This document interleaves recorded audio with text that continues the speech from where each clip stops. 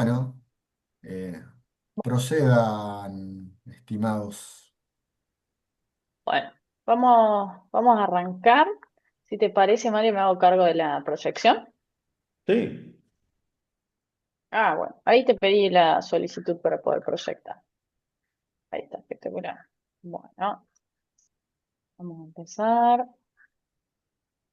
Bueno, como decía Lace, nuestro querido, nuestro querido colega, vamos a charlar hoy un poquito sobre territorio, ¿sí? Breve repaso, la primera clase vinculada a opinión pública, a cargo justamente de Lace, quien es coordinador de la región patagónica. En segundo lugar, a Mauro Becerra, que estuvo conversando un poquito sobre medios.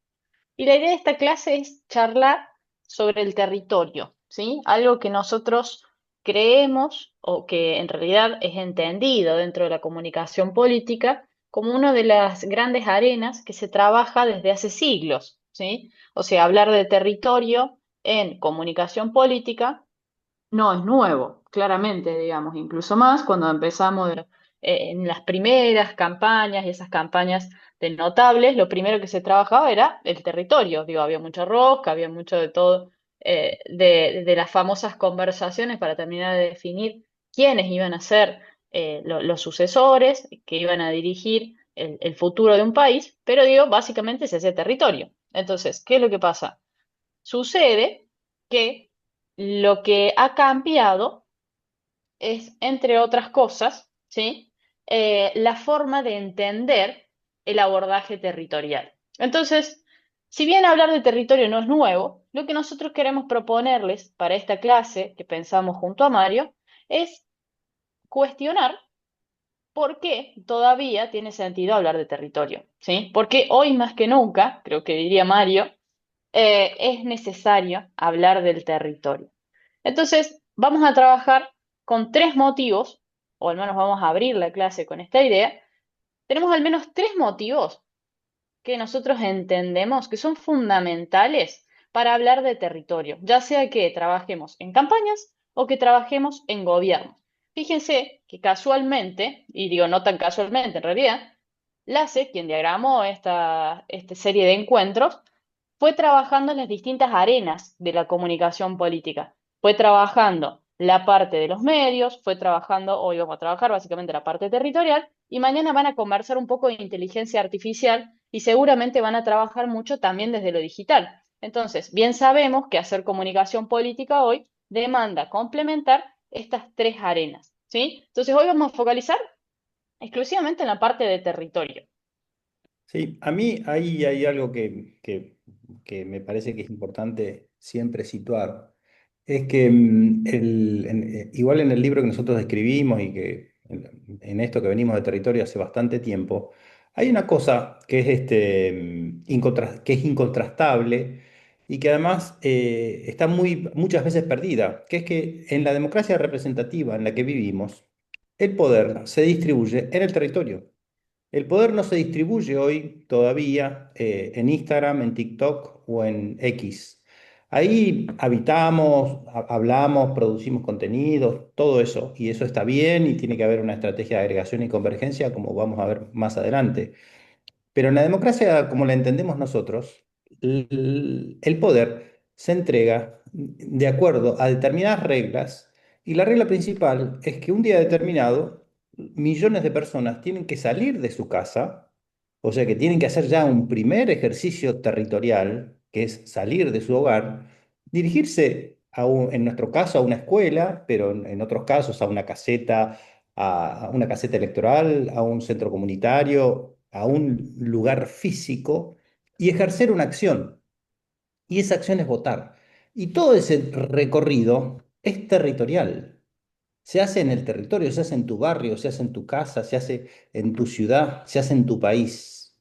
Todavía eso no ha sido reemplazado. Y por más simpática y por más que nos ayude la inteligencia artificial y las plataformas para llegar a más cantidad de gente, a mayor nivel de conversaciones, lo real es que la estrategia que uno diseña, si no aterriza en tierra, fracasa. Porque todo ese proceso tiene que terminar, en nuestro caso, un domingo de octubre, en que millones de personas tienen que hacer el ejercicio de salir de su casa. Y si hicimos bien el trabajo, además de salir, van a ir y en ese ejercicio de acción de votar, nos elegirán a nosotros. Pero por eso me parece a mí hoy que dar la batalla esta como si uno fuera un dinosaurio, digamos, con respecto a la importancia del trabajo territorial y a los errores que uno ve en el trabajo territorial, es, es clave de acá para adelante. Entonces, Eso. digo, básicamente lo que nosotros vamos a trabajar, y digo, retomo este término de Mario que me parece que está buena, esta idea de, parece que uno habla de territorio y parecemos dinosaurios. Yo tengo mi maestría hecha en comunicación digital interactiva en la Nacional de Rosario, pero aún así entiendo de que es indispensable trabajar a la luz de la convergencia, entonces necesitamos ambas cosas. Entonces sería, ¿por qué en épocas de creciente digitalización, donde las redes sociales e incluso los dispositivos celulares parecen cooptar buena parte de la vida, donde cada vez se utilizan mucho más los procesos, la inteligencia artificial dentro de los procesos, ¿por qué aún tenemos que hablar del territorio? ¿Sí? ¿Por qué hace falta tenerlo en cuenta como un elemento indispensable? Y con eso vamos a dar un poquito, vamos a abrir la primera puerta que tiene que ver con entender que la sociedad se transforma y que se transforma permanentemente. ¿A qué nos referimos con esto? Nosotros vamos a ver de que más o menos a principios de la década del 80, ¿sí? Empieza a profesionalizarse la comunicación política y la política en general, empiezan a trabajar con distintos estudios de opinión pública, se empieza a trabajar con distintos publicistas para el desarrollo de diferentes campañas en todos los niveles. Ahora, lo que empieza a suceder también es que empiezan a surgir numerosas profesiones o profesionales. Digo, hoy por hoy hablar de un community manager es un lenguaje común. Hace 20, 15 años no era tan común. Entonces, sin duda que la política también se ha ido profesionalizando y se ha ido transformando. Ahora, tampoco tenemos ningún cuestionamiento en torno a que la sociedad se transforma de forma permanente e incluso mucho más rápido de lo que lo hace la política. ¿Cuánta demanda hay hacia aquellos gobiernos que sienten que la política no los representa y tiene otra agenda paralela a la que tiene la ciudadanía? Entonces, vamos a repasar rápidamente por qué decimos que la sociedad se transforma, ¿sí? En primer lugar, y un poco lo vimos en la clase que dio Mauro la semana pasada, la convergencia mediática. ¿Se acuerdan que él mostraba un video donde ahora hablar de un medio de comunicación te demanda no solamente tirar para salir en digital, para tener un sitio web, sino que en muchos casos todavía hay ediciones impresas, después tenés redes sociales, después tenés un formato a streaming, ¿sí? Entonces ellos se han ido modificando, pero son todos medios que van convergiendo, ¿sí? Cada uno respondiendo a distintas necesidades. Pensemos, por ejemplo, un podcast, que un podcast busca por ahí acompañarnos en determinados momentos de nuestro día, son temáticos, pero sigue existiendo la radio. Y voy a decir, bueno, pero los dos responden a algo similar que el componente auditivo. Ahora, es importante detectar que la radio uno generalmente la enciende con otros fines, por ahí a fines más informativos, ¿sí? A lo sumo alguna vez querremos escuchar algo de música, pero digo, esos medios convergen porque, entre otras cosas, lo que sucede es que responden a distintas necesidades. Entonces, hay mucha convergencia en los medios, con lo cual también el consumo por parte de los usuarios ha sido mucho más específico. Ahora digo, yo quiero entrar y consumir el episodio de La Cruda que habla sobre, no sé, astrología. Entonces se ha vuelto mucho más específico ese consumo, mucho más grande la oferta informativa que tenemos, porque todos tenemos capacidad de producir información. Pensemos que hace 3 décadas atrás, no todos, o 2 décadas atrás incluso, no todos podíamos producir la misma cantidad de información que teníamos hasta acá. O sea, quienes eran formadores de opinión pública y quienes han leído a Walton lo saben claramente, eran los medios de comunicación. Ahora, ¿qué es lo que pasa? Ahora los ciudadanos, cada uno de los que estamos acá, podemos producir información. ¿A través de qué? De redes sociales. Muchas veces con cuentas propias, otras veces con cuentas de una institución, con cuentas de un partido, con cuentas de una iglesia, de un club de fútbol. Entonces, claramente la cantidad de información y de interlocutores que tenemos es mucho más grande, ¿sí? A su vez, esto, el teléfono.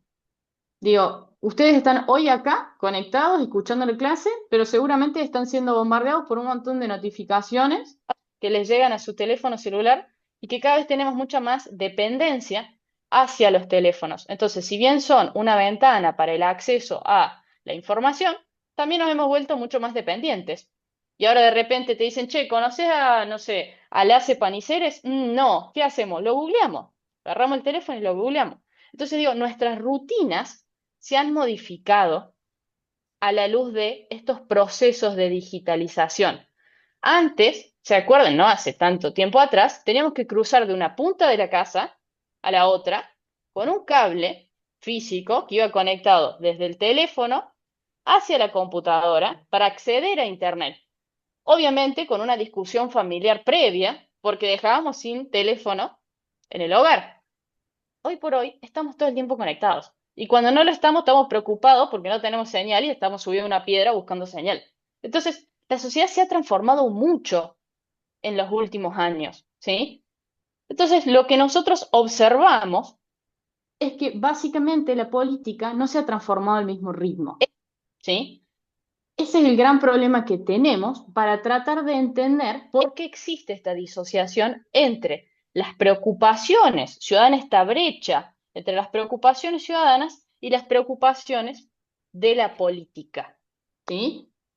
Entonces, como sostenemos de que esto, una de las posibles salidas a trabajar, no va a ser la única, pero sí hace falta salir y hacer más territorio para por lo menos intentar reducir esa brecha, es que nosotros les venimos a preguntar, y un poco digo, ya lo hemos venido anticipando con Mario, pero los queremos hacer arrancar, digamos, esta clase con una breve actividad, que es básicamente que ustedes participen de esta encuesta que tenemos acá.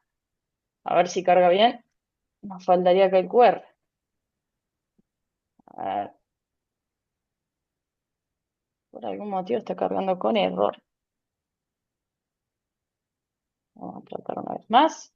Y si no, le voy a pedir a quienes puedan que ingresen a la página de Menti con sus teléfonos celulares, www.menti.com, y que ingresen este código que está acá abajo. 1595-8811. ¿Puede ser? Súper fácil, ya entré. ¿Ya entraste? Bien. Tengo un jugador que está listo. Muy bien, tengo 3 jugadores que están listos. Acá me salen. Buenísimo. A todos los demás, ¿alguna duda? ¿Alguien que no esté pudiendo entrar? ¿Quieren que ponga de nuevo el código?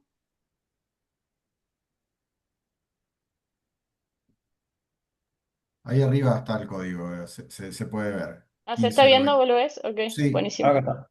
1595-8811. Bueno, si les parece, arranca. A ver, para que tenemos acá alguien en el chat. ¿Podés repetir la página? Sí, vamos a ir de nuevo. www.mauro.menti, como si fuese menta, pero con i.com. Ahí está. Avísanos si pudiste entrar.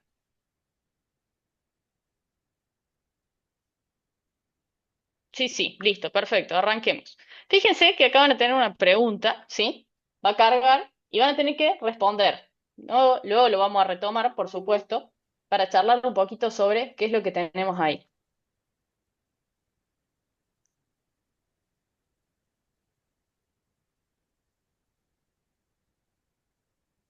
Tienen 15 segundos para responder. Dijimos que la sociedad se transformó, que la política no tanto, pero la comunicación política se va transformando y hay áreas que se van profesionalizando cada vez más. Tenemos distintos profesionales abocados a tareas específicas de esa arena. Fíjense qué interesante acá. Tenemos 8 participantes. De los 8 participantes tenemos 6 personas que eligieron redes sociales. Entonces, no hay duda que el universo de las redes sociales ha hecho que, entre otras cosas, la creciente digitalización fue generando, podríamos así decirlo, nuevos puestos de trabajo específicos. Hoy por hoy, cuando nos sentamos a conversar y a hablar de comunicación, pensar en alguna persona con capacidades para el diseño gráfico, para la edición audiovisual, para poder producir una buena fotografía, un buen spot, hablar de guiones, hablar de una persona que cargue el contenido y que te gestione, entre otras cosas, los mensajes que llegan a tu bandeja de entrada, son cuestiones básicas. ¿Por qué no publicidad digital? Entonces, son todos elementos que son fundamentales y sin duda coincidimos de que el área que más se ha profesionalizado son las redes sociales. ¿Qué es lo que pasa? En los medios tradicionales y en el territorio, y voy a hablar de la parte que a nosotros nos compete, que tiene específicamente que ver con territorio, es la arena que menos se profesionalizó. ¿Por qué? Y lo voy a unir con lo que decíamos recién. El gran problema que tenemos es que, entre otras cosas, se ha ido tendiendo a mantener las mismas prácticas territoriales a lo largo de los años.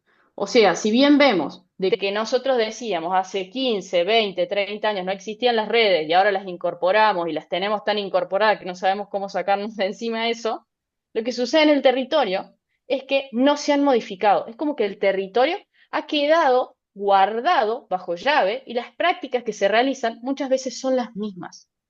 Y voy a permitirme contar una anécdota. Digo, me pasó de estar trabajando en una campaña como estratega y estábamos definiendo los diferentes responsables que iba a tener la campaña. Entonces teníamos un responsable digital, teníamos un responsable de medios, pero cuando fuimos a buscar quién iba a ser la persona responsable de territorio, ¿saben cuál fue la respuesta de quien estaba del otro lado? Que no hacía falta buscar un responsable territorial porque iban a hacer lo mismo que venían haciendo a lo largo de las últimas dos elecciones, que era básicamente trabajar con los mismos punteros de siempre, liderados por la misma persona, que entre otras cosas se iba a encargar de la repartija de recursos. Entonces, es un gran problema cuando profesionalizamos las demás arenas y no profesionalizamos el territorio. Entonces, lo que nosotros les venimos a proponer, y este es el primer motivo, es que si la sociedad se transforma, la política, incluso específicamente en las prácticas territoriales, necesita transformarse y adaptarse al siglo XXI. Necesitamos adaptarnos a este nuevo ciudadano que está permanentemente conectado, que entre otras cosas puede producir información a través de sus redes sociales, que mantiene vínculos mucho más, no con tanta cantidad de personas, sino muchos más intensos en sí mismo. Digo, muchas veces en los estudios de opinión pública dice, ¿usted en quién confiaría más? Y muchas veces elegimos confiar en aquella persona a la cual conocemos. Entonces, se construyen distintos los vínculos a través de contextos de cercanía, donde las grandes figuras de autoridad han empezado a erosionarse. Tenemos un ciudadano que ingresa y que rápidamente busca validar una fake news, ¿sí? Cuando le interesa un tema, rápidamente con el teléfono y con acceso a Internet lo busca. Entonces, nuestra propuesta y nuestro primer motivo, en realidad, para seguir hablando de territorio desde otro lugar, es revisar la forma en la cual estamos abordando el territorio. Mario, te dejo con la segunda. Sí, el tema del territorio, digamos, uno siempre cuando va a empezar la campaña, además de que son siempre las mismas personas las que están encargadas, siempre hacen las mismas cosas, digamos, abren los mismos locales, dan los mismos incentivos, juntan los mismos carteles, digamos, y eso hoy en toda la sociedad provoca más indignación aún de la que ya hay. ¿Por qué? Porque son recursos públicos, porque en general la política alquila casas lindas para hacer locales, digamos. Entonces, eso que funcionaba hace 40 años sigue haciéndose de la misma manera, sin ni siquiera una revisión crítica a la vista de los resultados electorales, ¿no? Porque en general son los partidos tradicionales los que reproducen esas acciones y son los partidos tradicionales los que están menguando cada vez más en su caudal electoral. Y eso en general lo, lo machean con un montón de cosas, como por ejemplo el contexto, como por ejemplo la crisis de representación general, pero nunca se miran y dicen, che, ¿y por qué no miramos qué hacemos en el territorio? Que hacemos hace 40 años lo mismo y probablemente eso es lo que no esté funcionando, digamos. Y bueno, y ahí hay un spoiler alert de lo que sigue. También es cierto que es uno de los territorios en los que los líderes políticos son más reacios a entregar, digamos. Es como que el territorio, el trabajo en el territorio es como un lugar en donde los dirigentes políticos se siguen refugiando, como que es el área de su propio saber, digamos. Como que si entregaran eso no tendrían más saber, digamos. Y ya han entregado redes sociales, han entregado las encuestas, la estrategia. Entonces, es un problema profesional como para tenerlo muy marcado, muy en agenda, e irlo resolviendo a través de la campaña. Entonces, acá como hablábamos con Lucía, estas son las arenas en donde la campaña se desarrolla en redes sociales, en medios y en territorio. Y cada una tiene una regla propia, digamos, de funcionamiento. Nosotros en redes sociales la vamos a usar básicamente para aumentar conocimiento, al menos superficial, para tener engagement, en el mejor de los casos, para tener volumen de publicaciones, para estar en ese universo. Pero es un lugar en donde simplemente hablamos, digamos. Es un lugar, las redes sociales se usan desde la política para presentar, para posicionar, para que lo conozcan al candidato, para que conozcan sus acciones, su familia. Es más como unilateral y como está usado hoy. Bueno, y hoy hay varios trabajos también que hablan de eso y de la imposibilidad de la conversación en esas redes sociales, o por lo menos que la política no las usa para conversar. Lo mismo pasa en medios tradicionales. En medios tradicionales, básicamente, también vamos a hablar en medios tradicionales, vamos a contar nuestros proyectos, vamos a debatir, vamos a, de alguna manera, contar nuestras ideas hacia dónde tiene que ir nuestra candidatura o nuestro país, nuestra gobernación, nuestra ciudad, el lugar a donde queramos llevar a esa ciudadanía, tiene que ver también con hablar y no tanto con que sea un ejercicio de ida y vuelta. Y ahí vamos al territorio. En el territorio, hace 40 años que hablamos. El territorio es, le damos un volante a un militante que no preparamos, sino que en la mayoría de las veces usamos los militantes que no sabemos dónde ponerlos, entonces los mandamos a distribuir volantes. Todos hemos distribuido volantes en algún momento. Le ponemos una remera, una gorra o qué sé yo, y le decimos, anda a conversar. Y el ejercicio clásico es toco un timbre, dejo un folleto y ya conversé, digamos. Ese es como el modelo general y sobre todo en la última semana de elecciones cuando la gente está más puta de la vida, de la política, de la campaña, de son todos iguales, tal para cual.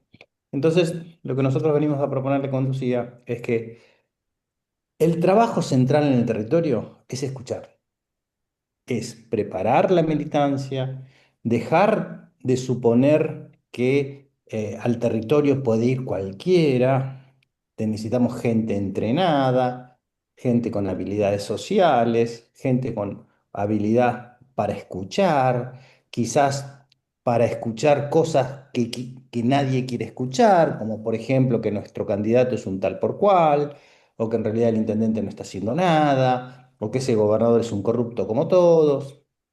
Entonces, la escucha que proponemos con Lucía, y que proponemos en el libro que escribimos y que venimos casi evangelizando hace unos años, es la escucha. Y acá le vamos a proponer, por lo menos le vamos a compartir nuestra mirada de cómo tiene que ser esa escucha y para qué sirve esa escucha en la campaña. Primero, para nosotros la escucha es algo transversal en la estrategia. O sea, hay que salir del lugar en donde la estrategia le cuenta a un conjunto de ciudadanos las maravillas que el líder tiene en su cabeza. Hay que definitivamente salir de ahí, digamos. Cuando hoy además tenemos muchísima evidencia empírica que dice que nadie lee los proyectos de las propuestas de campaña, que hacer esos mamotretos que hacíamos hasta no hace más de 20 años, de propuestas y de cosas y a dónde íbamos a llevar esa ciudadanía, sin incorporar lo que la ciudadanía quiere, no tiene sentido. Entonces, nosotros trabajamos la escucha como una propuesta transversal de la estrategia. Por supuesto en territorio, por supuesto en medios de comunicación y por supuesto en redes. Y eso se entrena. No es que nosotros venimos con eso. Es un entrenamiento que hay que hacer. ¿Por qué? Porque para nosotros la campaña que no escucha está destinada al fracaso. ¿Lucía?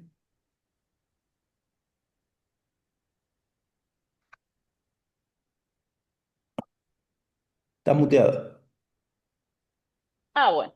Mientras se Em, desmutea Lucía, un aviso diga. parroquial para el que quiera profundizar sobre esto. Acá hay un librito que no sé quién lo habrá escrito. Acá me dice Paulino Valdés, Boneto Kornatowski Rodríguez. Supongo que son dos de nuestros disertantes son dos de los tres autores de este libro. Y por otro lado, tengo un par de mensajes. Tengo un mensaje de Mauro que dice, creo que los partidos tradicionales no comprenden al electorado porque no charlan cara a cara en territorio o muchas veces quien hace de puente entre el candidato y el territorio no son buenos intermediarios. Nos pasa Em, un... Dale, a, Mario.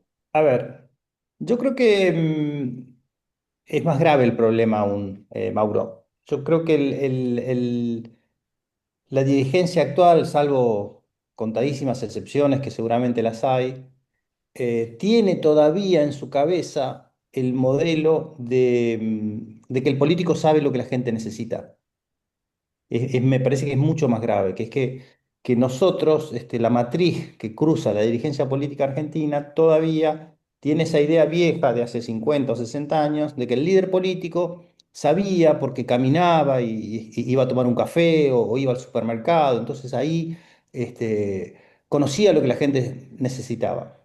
Y por eso el orden de nuestra conversación, digamos, la sociedad ha cambiado tanto que hoy, en el mejor de los casos, el mejor puntero, el mejor dirigente, puede saber lo que pasa en su cuadra, en su manzana, con el nivel de detalle que presuponían que tenían. El ejemplo clásico son los municipios. Cuando vos vas a un municipio y hay un intendente que te dice, los llené de asfalto, les cambié las luces y me votan en contra. ¿Y por qué? Porque los ciudadanos necesitaban seguridad, quizás. O los ciudadanos necesitaban otra cosa. Entonces, me parece que más allá de la buena voluntad y que haya algún dirigente con cierta intención, también es cierto que necesitan estar preparados para una escucha genuina, no una escucha, no es ir a prestar el oído, es ir a escuchar, ir a... En esta época, sobre todo con el presidente que tenemos y con el debate de la grieta y todo eso, el fenómeno de no escucha se ha multiplicado por N. Nosotros somos casi incapaces de entender las razones del otro hoy. Fíjense ayer, ¿no? Con todo el tema del golpe y por supuesto que eso anida sentimientos y a todos nos cruza. Pero hay muy poca entrenamiento y muy poco interés en tratar de entender las razones del otro. O sea, ¿por qué dice eso que dice? En vez de ya decir, bueno, vos sos un hijo de tal por cual, vos sos de la derecha o de la izquierda, pero X, digamos. No hay el esfuerzo por tratar de entender las razones del otro. Es la escucha genuina. Y es la escucha que permite que vos de verdad conectes. Que vos de verdad conectes. Que de eso se trata. Dale, Lu.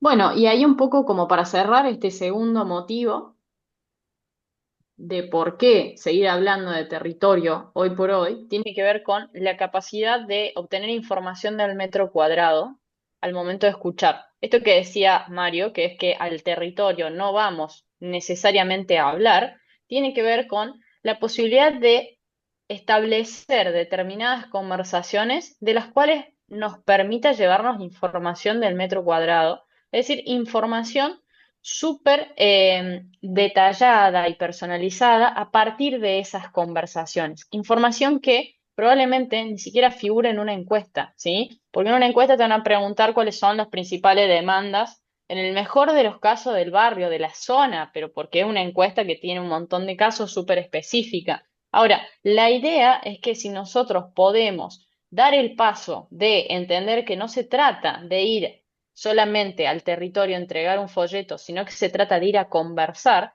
e incluso más, diría, despojarnos del temor o del miedo que se ha ido sin duda profundizando con la pandemia, que tiene que ver con establecer conversaciones, incluso con personas que piensan diferente.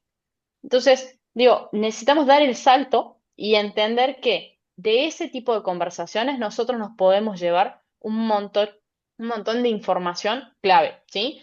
Es más, en el libro lo van a ver a quienes les interese seguir profundizando en el tema, que nosotros básicamente trabajamos con un esquema que intente entre dos y tres conversaciones, ¿sí? Cuando decimos entre dos y tres conversaciones, nos referimos a conversaciones presenciales. Muy probablemente en esa primer conversación de escucha, lo que nosotros podemos hacer es construir un vínculo entre la persona que va a conversar, a lo sumo el equipo, que sugerimos siempre en esos casos equipos no tan grandes, y la persona que nos está recibiendo en su hogar, en la institución. Entonces, ¿qué hacemos? Construimos un vínculo, nos conocemos, trabajamos en ver cuáles son sus preocupaciones, cómo piensa, si le interesa que volvamos o no. Capaz que no le interesa, es más, capaz que nos cierra la puerta en la nariz. Y esa es información también, es más de lo que teníamos antes. Entonces, es trabajar en recopilar esa información e incluso más, cuando yo vuelva en esa segunda conversación, puedo utilizar el dato que me llevé de la primera para establecer una conversación. Ejemplo, mire, vine y recuerdo que usted mencionó que uno de los mayores problemas que usted detectaba en su cuadra o en su barrio tiene que ver con la falta de iluminación o el alumbrado público insuficiente, ¿sí? Bueno, nosotros estamos trabajando entonces con una propuesta de campaña que busca, entre otras cosas, optimizar el sistema de alumbrado público por tal y tal cosa.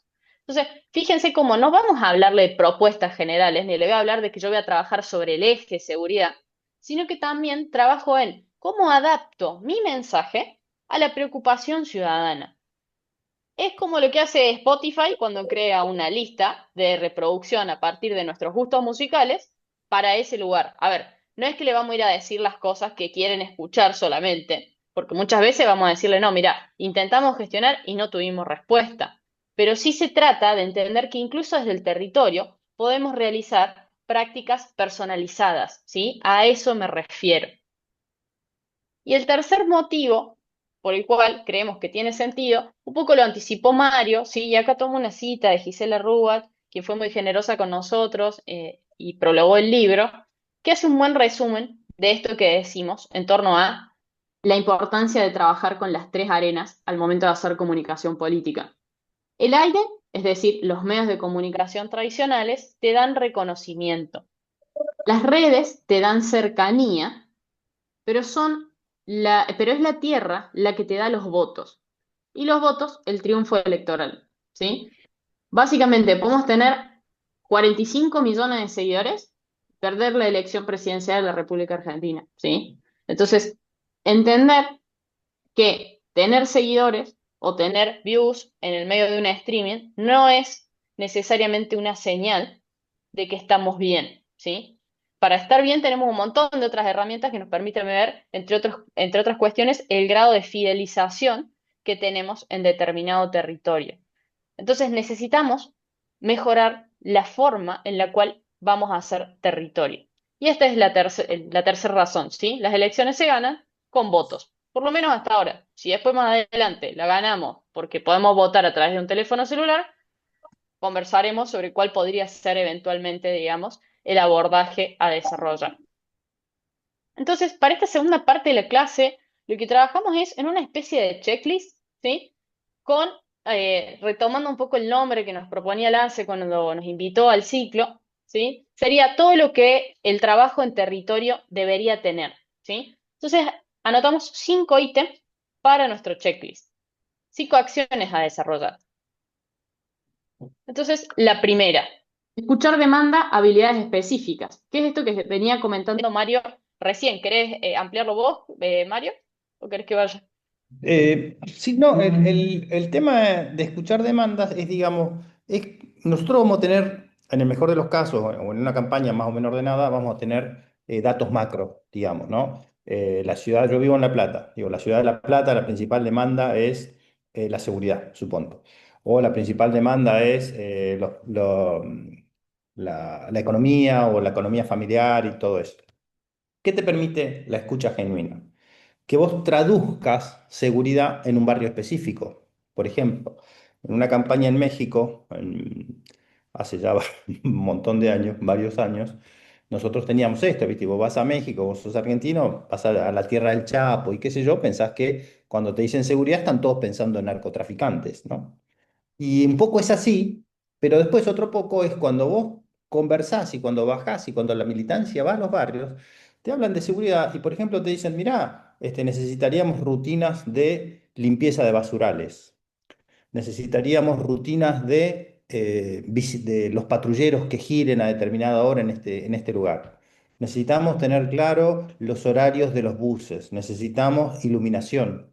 O sea, cuando uno va con una estrategia de escucha, con un equipo eh, entrenado para eso, con habilidades específicas, no cuando mandamos a los que nunca sabemos qué hacer, digamos, y los mandamos al territorio. Y yo siempre les digo que los que van al territorio son como los castigados, ¿viste? Son los últimos que dejaron el tarro. Y después vos te das cuenta que esa es toda tu campaña y ya es tarde. Y a ese no le diste de comer, a ese lo mandaste a las 7 de la mañana sin un café, está de mal humor. Bueno, esas personas son las que tienen que traerte ese insumo clave para que vos traduzcas grandes unidades que te dan las encuestas en unidades de a pie, en unidades de a pie. Probablemente si yo hago una encuesta hoy en seguridad, traduzco el problema de la inseguridad en La Plata, va a haber zonas que va a salir el tema de las ocupaciones, va a haber zonas que va a salir el tema de la preocupación, por ejemplo, que tienen por estar cerca de cárceles o cerca de lugares donde están internados los jóvenes que se fugan cada dos por tres. Probablemente en otro lugar sea que el barrio es una boca de lobo.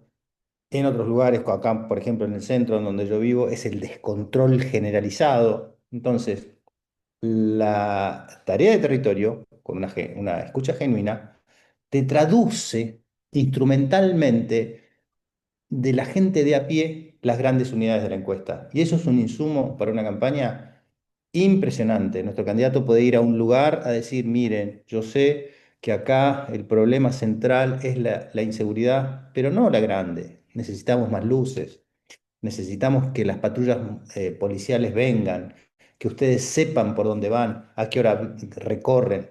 Eso es. O sea, claro. Otra vez el audio, ahí va. Bien, segundo ítem entonces de nuestro checklist, que tiene que ver con construir un plan de movilización territorial. Entonces, el primero tiene que ver con trabajar en entrenar esos equipos en escucha, digo, realizar entrenamientos, así como entrenamos cuando vamos a los medios, hay que entrenar a nuestros equipos en territorio. El segundo tiene que ver con construir un plan de movilización territorial. ¿Qué quiere decir esto? Que nosotros vamos a trabajar con algunos de estos insumos que tenemos acá, ¿sí? Para poder construir información sobre la cual vamos a tomar decisiones. Nuestro mapa del territorio a abordar puede incluir algunos ítems como estos: resultados electorales previos, división electoral, qué circuitos hemos visitado anteriormente, acorde a esas visitas que hicimos, cuáles serían nuestros votos duros, nuestros votos blandos y votos posibles. Esta definición de votos duros, blandos y posibles es una definición que básicamente tiene algunos matices, pero trabaja sobre aquellos votos duros, son los votantes que, hagamos lo que hagamos, no van a cambiar su voto, ya sean votos duros propios o votos duros de la oposición. Los votos blandos son aquellos votos que ya tienen una inclinación marcada, pero que no tienen aún cerrada su decisión, y posibles son aquellos votantes, aquellos públicos a los cuales yo ¡Rodo! puedo realmente ir a disputar. Ahí parece que, ahí está. Gracias, Rodo. También podemos tener en cuenta, por ejemplo, si somos gobierno o incluso desde la oposición, ¿no? En la construcción de nuestro mapa, cuáles han sido las obras ejecutadas, para bien o para mal, para mencionarlas en nuestro plan en nuestro plan o en nuestros mensajes de las cuadrillas dentro del plan de movilización territorial, como también podemos tener en cuenta la división electoral, mesas electorales, escuelas, casillas, etcétera. Entonces, ¿qué hago? Condenso toda la información posible en un mapa y luego decido cuál va a ser el abordaje territorial que vamos a hacer. Es decir, la pregunta del millón: ¿a dónde voy primero? Si acá pusimos un ejemplo de La Plata, que tiene que ver con poder tomar alguna definición de por dónde vamos a iniciar nuestro programa de conversación y por qué vamos a iniciar por ese lugar, ¿sí? ¿Qué cantidad de personas tenemos dentro de nuestro equipo de territorio? ¿Cómo se componen esas cuadrillas? ¿Qué disponibilidad horaria tienen? Porque cuando nosotros preguntamos al equipo de territorio, te dice que en realidad todos están disponibles porque están comprometidos con la causa. Ahora, ¿qué es lo que pasa? Cuando empezamos a hilar fino, nos damos cuenta de que capaz que Rodrigo puede desde las 2 hasta las 4, que Gustavo puede solo el sábado y el domingo. Entonces digo, esas cosas pasan, ¿sí? A menos que contratemos específicamente una cuadrilla, que también se hace, ¿sí? Lo que nosotros tenemos que tener claridad es cómo es el equipo que tenemos, cómo lo entrenamos para mejorar sus cualidades y sus habilidades y cómo vamos a empezar esta inmersión, digamos, en el territorio. ¿Querés contar un poquito más del ejemplo de La Plata, que es donde vos estás? Sí. Esto que está acá, lo primero que es aconsejable hacer en el mapa es poner la división electoral. Estos son los circuitos electorales de La Plata. ¿Por qué? Porque hay que llegar a una unidad que sea manejable. Entonces, acá tenemos circuitos electorales que en general después luego se machean con las escuelas donde están las mesas, digamos. Entonces, acá en la provincia de Buenos Aires todavía hay cierta relación bastante correcta entre las escuelas y la gente que vive alrededor de la escuela. Entonces, una división posible tiene que ver con juntar primero la división administrativa electoral, en este caso son circuitos, con la posterior definición de mesas y escuelas por parte de la justicia electoral. Pero este es un primer paso básico. Nosotros tenemos que tener un mapa delimitado de la zona donde vamos a trabajar. En este caso es una ciudad bastante grande, tienes 1000 kilómetros cuadrados, pero es absolutamente escalable el método. Lo que también le proponemos con Lucía es absolutamente escalable. Esto sirve para una ciudad como La Plata, que tiene 1 millón de habitantes y 1000 kilómetros cuadrados, o para un pueblo chiquito en otra situación. Después, este mapa, ¿para qué sirve el mapa? Este es un mapa de la interna del 19, si mal no recuerdo, o del 15, bueno, no me acuerdo si el 15 o el 19, del peronismo, en donde nosotros pusimos, acá, estos son los resultados electorales. Estas eran las dos candidatas, una se llamaba Florencia Saintut y otra se llamaba Tolosa Paz Victoria, digamos. Y estas son las zonas en donde ganaron con mayor amplitud ellas, digamos. Entonces, esta es otra de las cosas, de las utilidades del mapa. Vos en el mapa tenés no solamente resultados previos, sino que una vez pasado, en este caso era la interna, que en ese momento era la PASO, ponés los resultados de cara a la elección general y te sirve un montón. ¿Por qué? Porque en este mapa vos lo que te queda es, si ganó el azul, la primera decisión estratégica, ¿cuál es? Ir a buscar los votos del rojo. O sea, no dar por supuesto que por más que votaron en la misma interna, el que perdió va a ser voto tuyo, sino todo lo contrario. Tu primer tarea es ir a trabajar sobre ese voto. De hecho, este es un trabajo que yo les presenté a ellos en el 19, bueno, y la candidata perdió, pero perdió básicamente porque no entendió esto, digamos. Siguió haciendo camporismo duro en vez de ir a buscar los votos de esta candidata roja, que era más una peronista blanda, vamos a decir, en una elección que se definió en la interna por muy poquito. Entonces, para esto sirven los mapas. Los mapas hablan. Entonces, hoy con la tecnología que tenemos, con la disposición tecnológica que hay, no hacer mapas es suicida, digamos. ¿Por qué? Porque después definís hojas de rutas, definís hojas, a quién vamos a ir a buscar, a dónde, en qué momento, por dónde vamos a empezar, por ejemplo. Esos mapas también te dicen, ¿por dónde empezamos? ¿Por el voto duro, como decía Lucía? ¿Con el voto blando o con el voto posible? Sabemos que las campañas son carreras de 100 metros. Siempre el tiempo es poco. Entonces, si vos tenés un mapa bien construido, vos tenés que tomar una decisión estratégica. Bueno, nosotros estos 45 días vamos a priorizar que vamos a ir a hablarle a nuestro voto duro porque lo vemos caído. Es una decisión. Por ejemplo, que el peronismo de la provincia de Buenos Aires ha tomado en las últimas elecciones. El peronismo de la provincia de Buenos Aires le habla solamente a los propios y prácticamente obtiene la misma cantidad de votos. Entonces, con los mapas, vos tomás decisiones y optimizás el tiempo. El tiempo es la variable más importante de la campaña. Nosotros en la campaña, en distintos momentos, vamos a tener más plata, más militantes, menos militantes, vamos a tener más publicidad en la calle, menos publicidad en la calle, vamos a tener, ahora todos los días tenemos un día menos.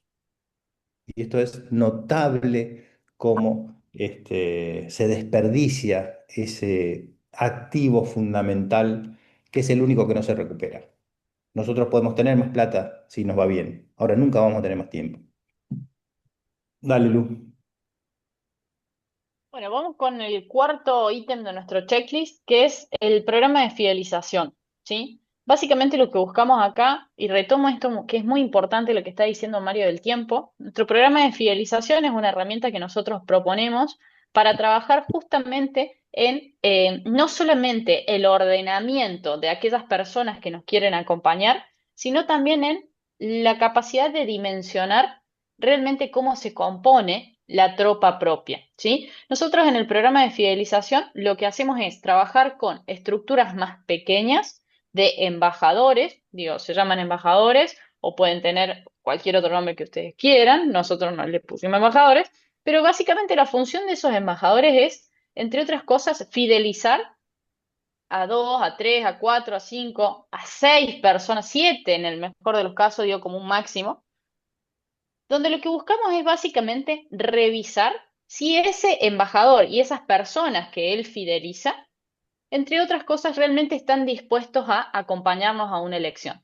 Fíjense, ustedes dirán, es parecida a la lógica de punteros, pero con menos cantidad de personas. En realidad no. ¿Por qué? ¿Ustedes se acuerdan cuando están yendo a un proceso electoral? Digo, más de uno debe haber pasado por aquella instancia donde se hacía el famoso punteo del padrón, donde nos sentábamos en grandes tablones y empezábamos a leer, bueno, los López, ¿a quién votan? No, estos que son de acá de la vuelta nos votan a nosotros. Perfecto, entonces son azules. Los otros, no, los otros son violetas. Los otros, entonces digo, ¿qué pasaba? Se sentaban a ver más o menos, acorde a algunos patrones, cómo votaban las personas y a partir de eso estimaban cómo podía salir la elección. Entonces, lo que sucede es que ya no podemos confiar que una persona que nos acompañó necesariamente hace 4 años o hace 2 años vaya a votar exactamente igual que lo que lo hizo en aquella oportunidad. Entonces, nuestro sistema de fidelización lo que busca es reafirmar ese vínculo y lo reafirmamos a través de embajadores que lo que hacen es construir vínculos más dinámicos y cortos, ¿sí? ¿Por qué decimos de que vamos a reducir la cantidad de personas? Porque reducís, entre otras cosas, los riesgos de que un embajador barra un puntero, pensándolo con la vieja lógica, te genere daños hacia el interior del sistema. Ejemplo, yo lo veo a Mauro. Mauro me dice de que él tiene 200 voluntades para atraer. Y probablemente Rodrigo, que también lo veo que está acá, me dice, yo también tengo otros 200. Y Brenda me dice, yo tengo 50. Perfecto. ¿Qué hago yo? Le voy a pedir a Brenda, a Mauro y a Rodrigo que me pasen los listados de esos supuestos 50 personas que tienen. Lo primero que voy a hacer es ver que efectivamente sean 50. En segundo lugar, lo que voy a hacer es entrecruzar los datos y chequear cuántas de esas personas que me están pasando ahí efectivamente están en el padrón en condiciones de votar. Y luego voy a poder dimensionar cuántas de esas personas efectivamente nos votarían. Ahora, imagínense lo que es para una persona tratar de mantener un vínculo con 50, con 70, con 200. Imposible. Ni Rodrigo, ni Mauro, ni Bren lo podrían mantener con un grado lo suficientemente cercano como para garantizar algún tipo de resultado. Entonces, el programa de fidelización lo que hace es dejar de asumir que una persona, porque nos votó anteriormente, nos va a volver a votar, le da una instancia más para revisar eso. A su vez le da tareas a aquellas personas que nos quieren ayudar, que por ahí no pueden ponerse una camiseta o una gorra para salir a recorrer, o no va a compartir las publicaciones porque entre otras cosas está identificado, o muchas veces pasa en aquellas comunidades, por ejemplo, que los mismos trabajadores municipales te dicen, no, yo no puedo, pero yo los acompaño a ustedes, pero yo no puedo publicar esto porque me van a correr. Entonces te permite que todas esas personas te ayuden y básicamente tengan una tarea sencilla, que es esto, traer entre, no sé, 3 y 7, digo, en ese sentido, vamos adaptando las cantidades acorde al tipo de elección al que vamos, pero eso nos permite que nuestros embajadores mantengan un vínculo fluido con estas personas, ¿sí? Los vayan a ver, los mantengan interesados, estemos permanentemente en conversación. Entonces ya no se trata de llevar a las personas a votar como las llevábamos hace varios años atrás en los camiones ni de las narices y entender de que porque las llevamos nos van a votar, sino se trata de construir realmente una relación con aquellas personas de forma tal que nos garantice, ¿sí? Que si nos dijo que nos va a acompañar, es real, eso es genuino. Y eso realmente lo podemos manejar o controlar, entre comillas, con un margen mucho más pequeño de personas. Por eso trabajamos con esta estructura fractal que lo que hace es, nos permite, por ejemplo, que nuestros embajadores tengan contacto permanente e incluso le compartan piezas de campaña, ¿sí? O incluso tengan algún feedback con sus fidelizados. Entonces, más o menos esa es la idea del programa de fidelización. ¿Querés agregar algo a eso? ¿Te parece que quedó Sí, claro? es que además, digamos, el programa de fidelización, si vos estás bien, digamos, te es más fácil fidelizar, digamos. También te da, más allá de los números de la campaña, más allá de las encuestas, más allá de todo, te da un feeling muy, muy certero de cómo está tu candidatura. Nosotros en la campaña de Boca del 19, la de Ameal contra Gribaudo, cuando nosotros empezamos a trabajar el programa de fidelización, muy rápidamente duplicamos lo que había hecho, lo que era existente, muy rápidamente.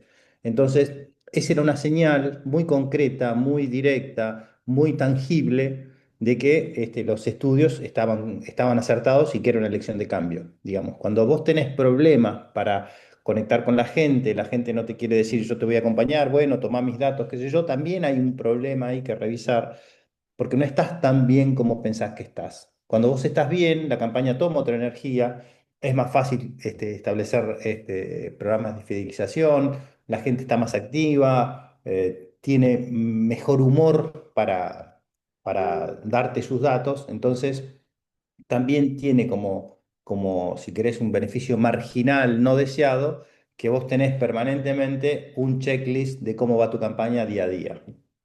Y otra de las cosas que me parece centrales es que le asigna tarea a todos. ¿Viste? A una tía del candidato, a la mamá del candidato, a la hermana del candidato, ¿viste? Que no sabes qué corno hacer y son como jarrones chinos porque son importantes para el candidato. Decís, bueno, mira, tráeme tus 5 amigas que van a tomar el té. Anda, habla con tus amigas que juegan al tenis y tráemelas en una lista a ver si efectivamente nos van a votar. Entonces, es una herramienta súper recomendable, que además trabaja para el día D, porque después viste el día D, la conversación del viernes y el sábado antes de la elección es cuántos autos necesitas, digamos, o cuántos remises compro, o cuánto no sé qué, y no sé cuánto. Bueno, con un programa de fidelización yo le puedo decir al ACE, vos con una camionetita te alcanza, ¿viste? Te alquilo una Ducato y estás sobrada. Entonces, también tiene eso a favor armar un plan. Y hoy con la tecnología que hay, prácticamente se pueden seguir online los programas de fidelización. Hay algo que, bueno, acá un poco la descripción, ¿no? De las bondades, podríamos así decirlo, del programa de fidelización. Algo que me parece importante, que un poco lo introdujo recién Mario, es lo siguiente. A ver, nosotros el viernes, el sábado, hacemos un corte con este programa de fidelización y podemos estimar cuáles van a ser los umbrales mínimos en cada una de las mesas. Entonces, también cuando nos empieza a llegar información de las mesas, nosotros podemos saber cómo nos está yendo y de mínima qué votos vamos a sacar. Si nosotros teníamos estimado sacar en esa mesa el 45% y cuando empiezan a llegar los votos, ves de que vas mal y que no vas a llegar ni siquiera al 30, ya empezás a tener una idea de cómo va a ser ese resultado.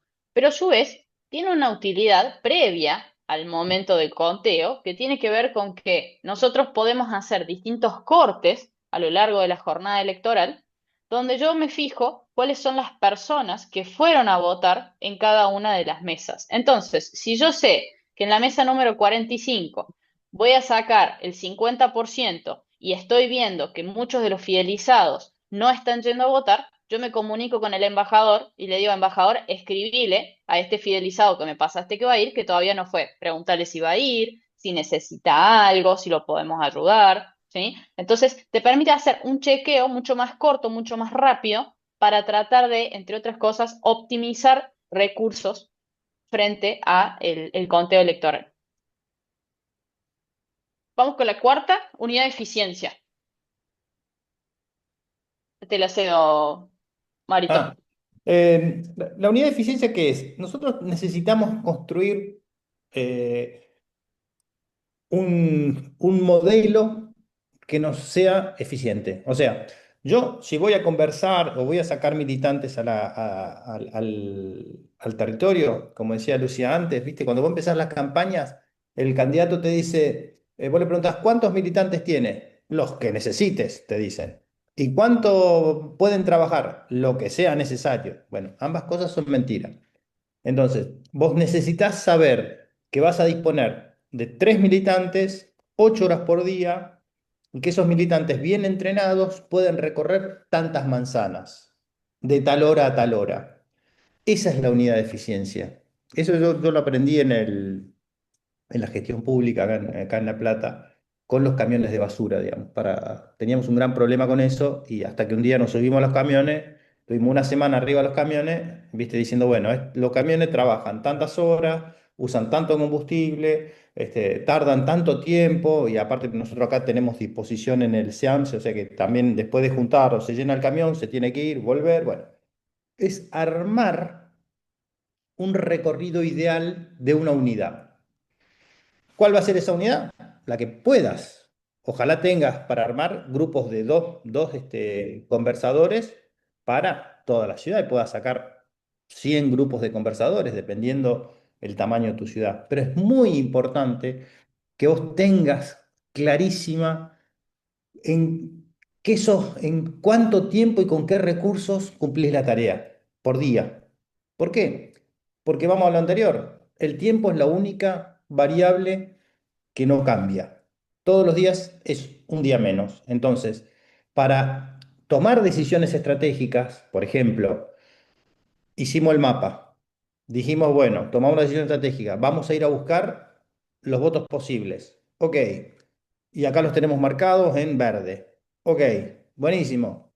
Son 50 manzanas, eh, lejos del centro.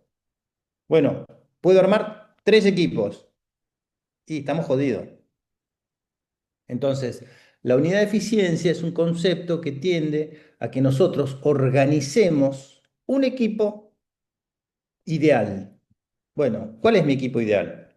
2 conversadores, 3, 4, trabajando cuántas horas. ¿Por qué? Porque yo, una vez que tengo la unidad de eficiencia, si después la ACE me dice que él va a trabajar todos los días, pero 2 horas, yo ya sé en qué pensar en darle. Porque yo le voy a dar una tarea a él para que fidelice, pero yo necesito saber cuál es el óptimo, cómo optimizo un equipo. Y eso le llamamos unidad de eficiencia. Ahí, ¿querés contar un poquito del ejemplo? Te voy a sacar 2 segundos la compartida de pantalla porque después tenemos un video, pero si querés andar narrando eso, solo para que no te preocupes. No, no, el camión de basura, nos subimos a los camiones, teníamos un gran problema hasta que nos subimos nosotros a los camiones y empezamos a decir, bueno, mira, un camión es eficiente, me acuerdo que era 8 horas, 8 horas estaban contratados, de las cuales de recorrido eran 6:30, entre que paraba, que subía, entre que el tipo paraba, hacía otra cosa, y que en esas 6:30 nosotros podíamos recorrer más o menos 20 manzanas del centro de la ciudad, con lo cual tenés el tránsito y todo ese quilombo, y que después además esos camiones tenían que hacer 30 kilómetros hasta Ensenada a tirar la basura, digamos. Nosotros tiramos ahí en Ensenada. Entonces, con toda esa información armamos la unidad de eficiencia camión, que era un camión con un chofer y 2 personas que juntaban las cosas, podían trabajar 20 manzanas en una jornada ideal de 8 horas, de las cuales sabíamos que trabajaban entre 6 horas y 6 horas y media. El camión estaba andando y recogiendo, digamos, el resto era todos tiempos muertos. Bueno, hicimos una cuadrícula, dividimos a la ciudad en 20 manzanas y vimos cuántos camiones podíamos contratar. No podíamos contratar camiones para toda la ciudad. Entonces, ¿qué hicimos? Los que pudimos contratar, los pusimos en las zonas en donde más problemas, más reclamos teníamos. Y ahí fuimos. Entonces, de ahí a mí se me ocurre esta idea de la unidad de eficiencia. Entonces, yo tengo que barrer una ciudad de X cantidad de votantes, que tiene tantos barrios, tantas cuadras, tantas manzanas. Bueno, yo ya sé que recorrerla entera es imposible, menos en la campaña. Bueno, ¿qué equipo tengo para hacerlo? ¿El equipo está entrenado? ¿No está entrenado? ¿En cuántas conversaciones ese equipo puede mantener por hora? ¿Van a arrancar en un mínimo y van a terminar más alto? Bueno, tengo que tener ese tipo de variables para después decidir a dónde los mando, a buscar qué resultados. Dale, Lu. Bueno, vamos a cerrar entonces con el último ítem de nuestro checklist, ¿sí? Vamos a Y ver. recuerden, amigos, movilizar no es transportar. Hasta la próxima. Se despide He-Man. ¿Se escuchó bien? Sí, lo veo a Bren que se ríe acá. Bueno, el último ítem de nuestro checklist tiene que ver con esto. Movilizar no es transportar. Muchas veces pensamos, cuando hablamos de territorio, que estamos hablando de cuántos autos vamos a requerir, cuántas motos, cuántos medios de transporte para llevar a la gente a votar. Y eso debería ser una de las prácticas que dejemos atrás en el marco de las campañas, ¿sí?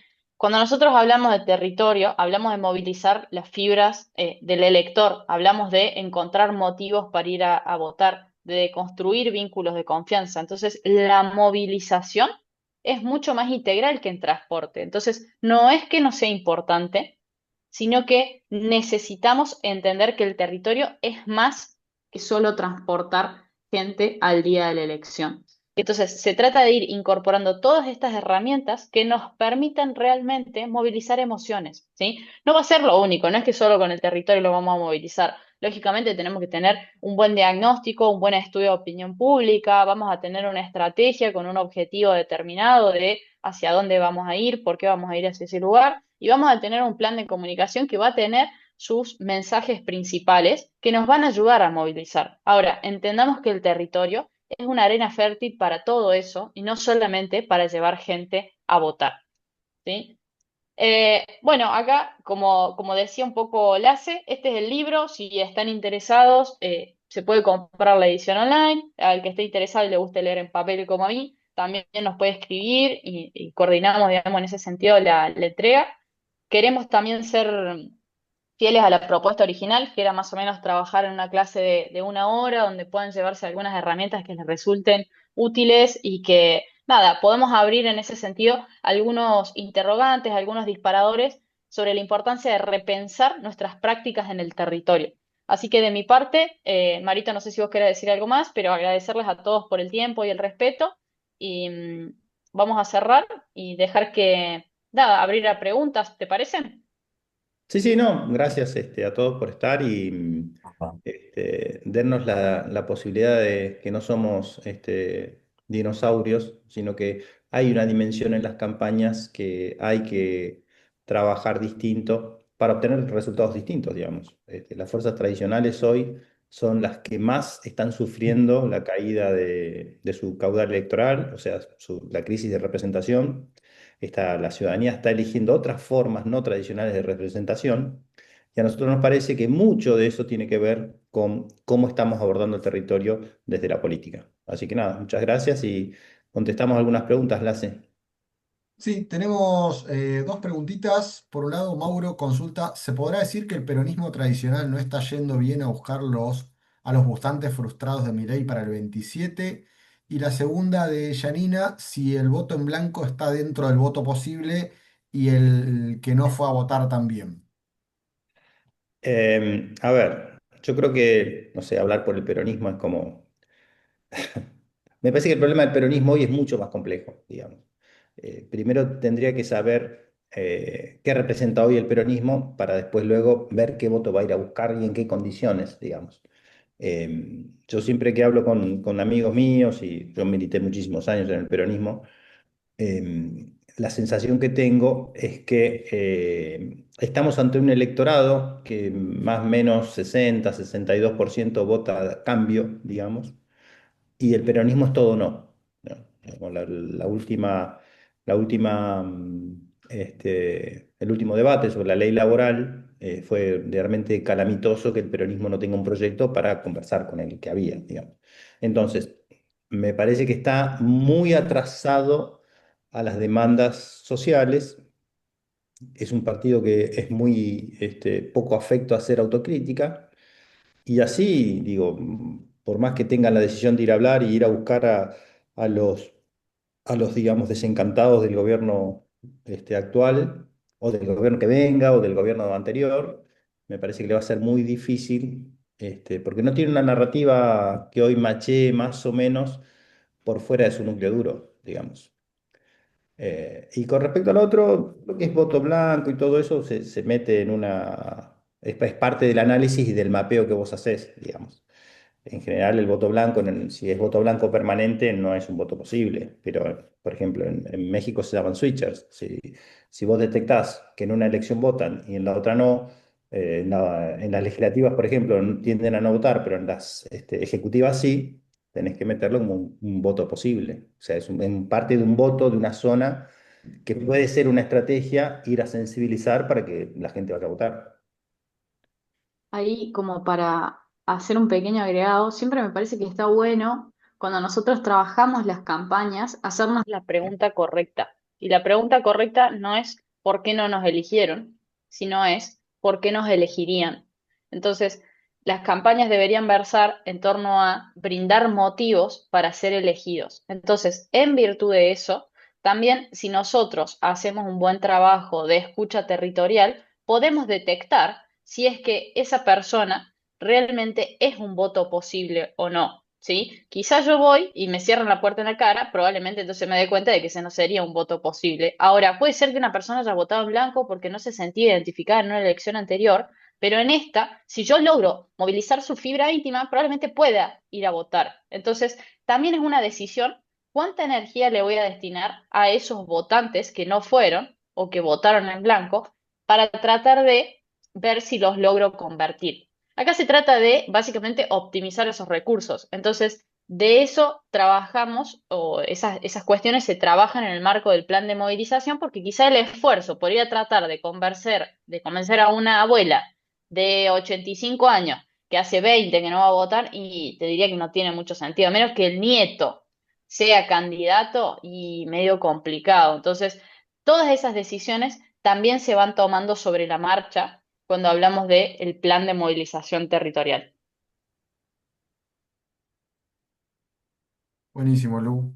Este, ya, bueno, tenemos otra más, pero vamos a cerrar porque ya estamos. Acá Mauro Becerra está Me estabas levantando dejando la afuera, mano Lasse. desde la comodidad de Salta, imagino. Sí, sí, desde la comunidad de Salta. Pero bueno, me hice un huequito ahí para poder escuchar a los chicos, que siempre recontra interesante. Y yo tengo una combinada. Media suena como de real estate, pero me acordaba la última campaña de Narváez, Mario, Lu, llena de locales muy bien posicionados, vacíos, con mucho banner en las ventanas y en las puertas, donde vos pasabas y nunca había nada. Y como contrapartida de eso, también de otras campañas y demás, hay que reconocer que hay espacios, sobre todo los tradicionales, como el PJ, la UCR, que cuentan con sedes propias, históricas, con gente que tiene hasta una cuotita de vida social arraigada. Se frizó. ¿Se frizó?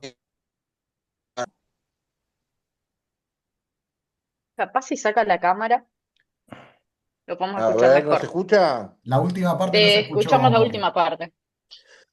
Nos falta escucharte bien. Decía, ¿por qué un espacio se arriesga a alquilar locales para tener posiciones que son en realidad solo vía pública? ¿Y cómo puede optimizar un espacio tradicional que tiene un local con vida propia para ayudar en la campaña de territorio?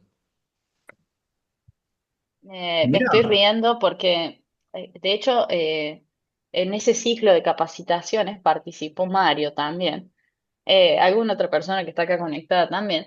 Nos pasó hace muy poco tiempo de ir a una localidad en las sierras, ¿sí?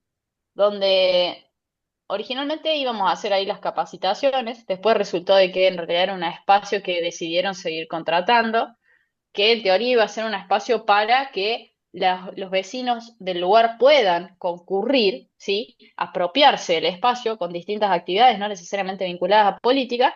Lo que sucedió en el cuarto o quinto encuentro, porque era una capacitación prevista en varios encuentros dispersos en el tiempo, es que de repente cuando llegamos ya estaba ploteado el local. Entonces pasaron de no sabemos si lo vamos a alquilar de manera permanente a lo vamos a utilizar para que se acerquen nuevos vecinos que podrían sentirse identificados con esta oferta, a directamente plotearlo con los nombres y las caras así, gigantografías básicamente.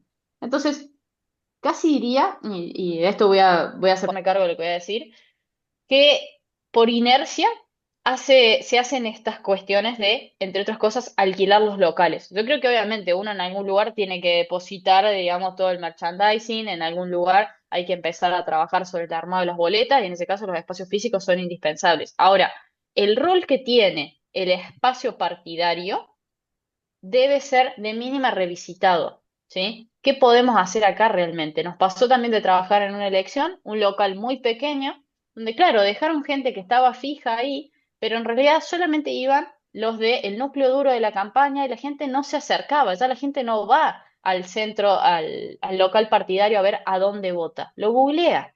Entonces, si vamos a alquilar el local partidario, pensemos qué vamos a hacer con esto, qué vida le vamos a dar. O sea, no hagamos esa serie de cuestiones porque sí, porque justamente tal cual decía Mauro y también salió más un poco antes en los comentarios, el gran problema es que muchas cosas las hacemos casi que por inercia.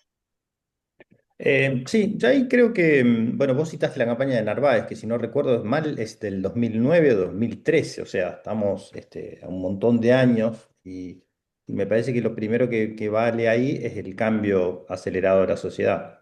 Yo creo que es la parte que los dirigentes no se animan a entregar todavía. Muchos locales terminan siendo centros de problemas, digamos, pues tenés gente ahí que se termina mamando, termina haciendo una choriceada, digamos. Tenemos varios acá, Mauro es de acá de la Ciudad de La Plata, así que conocemos varios perimbundines de esos. Yo creo que el problema de los locales es que hacen lo que saben hacer, digamos. No hay ninguna mirada crítica, que es lo que justamente nosotros proponemos acá, queremos trasladarles en esta clase y sobre todo en el libro. No se animan a tener una mirada crítica. ¿Para qué alquilamos? O sea, ¿cuál es el sentido? ¿Qué es lo que pretendemos lograr? O sea, si después ni siquiera lo usan de búnker, porque ahora usan de búnker el día de la elección hoteles, o sea que ni siquiera tiene esa idea original cuando lo alquilan. Acá en La Plata hay algunos movimientos políticos que no son santo de mi devoción, pero que están tratando de buscarle la vuelta a eso y hacen centros culturales, que todo el mundo sabe que es de una rama del peronismo, pero son bastante abiertos. Acá hay un ejemplo, un intento que hicieron los chicos del Frente Renovador que se llama Pampa o algo por el estilo, que le da una vida, que han hecho un streaming, digamos, todo el mundo sabe que es de un diputado y qué sé yo, pero mantiene cierta vida no política. Me parece que eso es un buen intento para ir y mirar, digamos. ¿Y qué es lo que estás buscando también con eso? Porque, ¿cuál es el problema? Vos haces algo que es social, pero cuando viene la elección lo electoralizás. Es como cuando vos te metés en una ONG, ¿viste? Vos haces sociedad civil, pero después cuando viene la elección haces sociedad electoral, digamos. Me parece que ahí hoy hay que ser muy transparente en cuál es la propuesta. Si la propuesta es un local partidario, bueno, veamos, ¿qué podemos hacer hoy, en el 2026, en un local partidario abierto la mayor tiempo del año? Yo, antes de hacer todo eso, los desafiaría a los genios que tienen esas ideas a que vayan a ver las sedes partidarias oficiales. Ya no un local cualquiera, las sedes oficiales partidarias, del PJ de su lugar, de la UCR de su lugar, si hubiera de la Libertad Avanza de su lugar, si hubiera una agrupación vecinal. Vayan a ver qué vida tiene y van a encontrar que el 90% del año está cerrada. Entonces, si está cerrada la sede oficial del partido, o sea, el partido como tal no puede generar actividad más allá de semanas o meses antes de las elecciones, ¿qué podrías hacer vos inaugurando un local? Yo desafiaría a hacer esa pregunta. Puede ser que muchos candidatos que en alguna elección me han consultado, es como una necesidad ególatra. No, no, yo necesito el local que tenga mi gigantografía y que esté en lo más del centro posible. Bueno, pero también saberlo, también saber que lo haces por eso y no esperar otra cosa. Porque lo problemático de las campañas, es cuando vos haces cosas y no sabes para qué las haces. O sea, cómo calzan en la estrategia. O sea, ok, vamos a hacer 10 locales. Muy bien. ¿En qué parte de la estrategia dice que hay que hacer 10 locales? Porque si dice que necesitamos 10 locales, debe tener para qué los necesitamos y qué acciones vamos a hacer, digamos. Me parece que esa conversación, tiene que ver, no se da porque tiene que ver con estas cosas que señalamos con Lucía, un poco en estos minutos y en el libro más extensamente, de los miedos que tienen los líderes a entregar también el territorio a la profesionalización. Muchas gracias, Mario. Muchas gracias, Lucía. Y muchas gracias a todos los participantes que se mantuvieron hasta ahora. Les agradezco. Y bueno, mañana seguimos con la última charla del siglo sobre inteligencia artificial. Y nada, desearle buenas noches y que tengan una buena semana corta. Abrazo. Gracias, Muchas Lace. gracias a todos.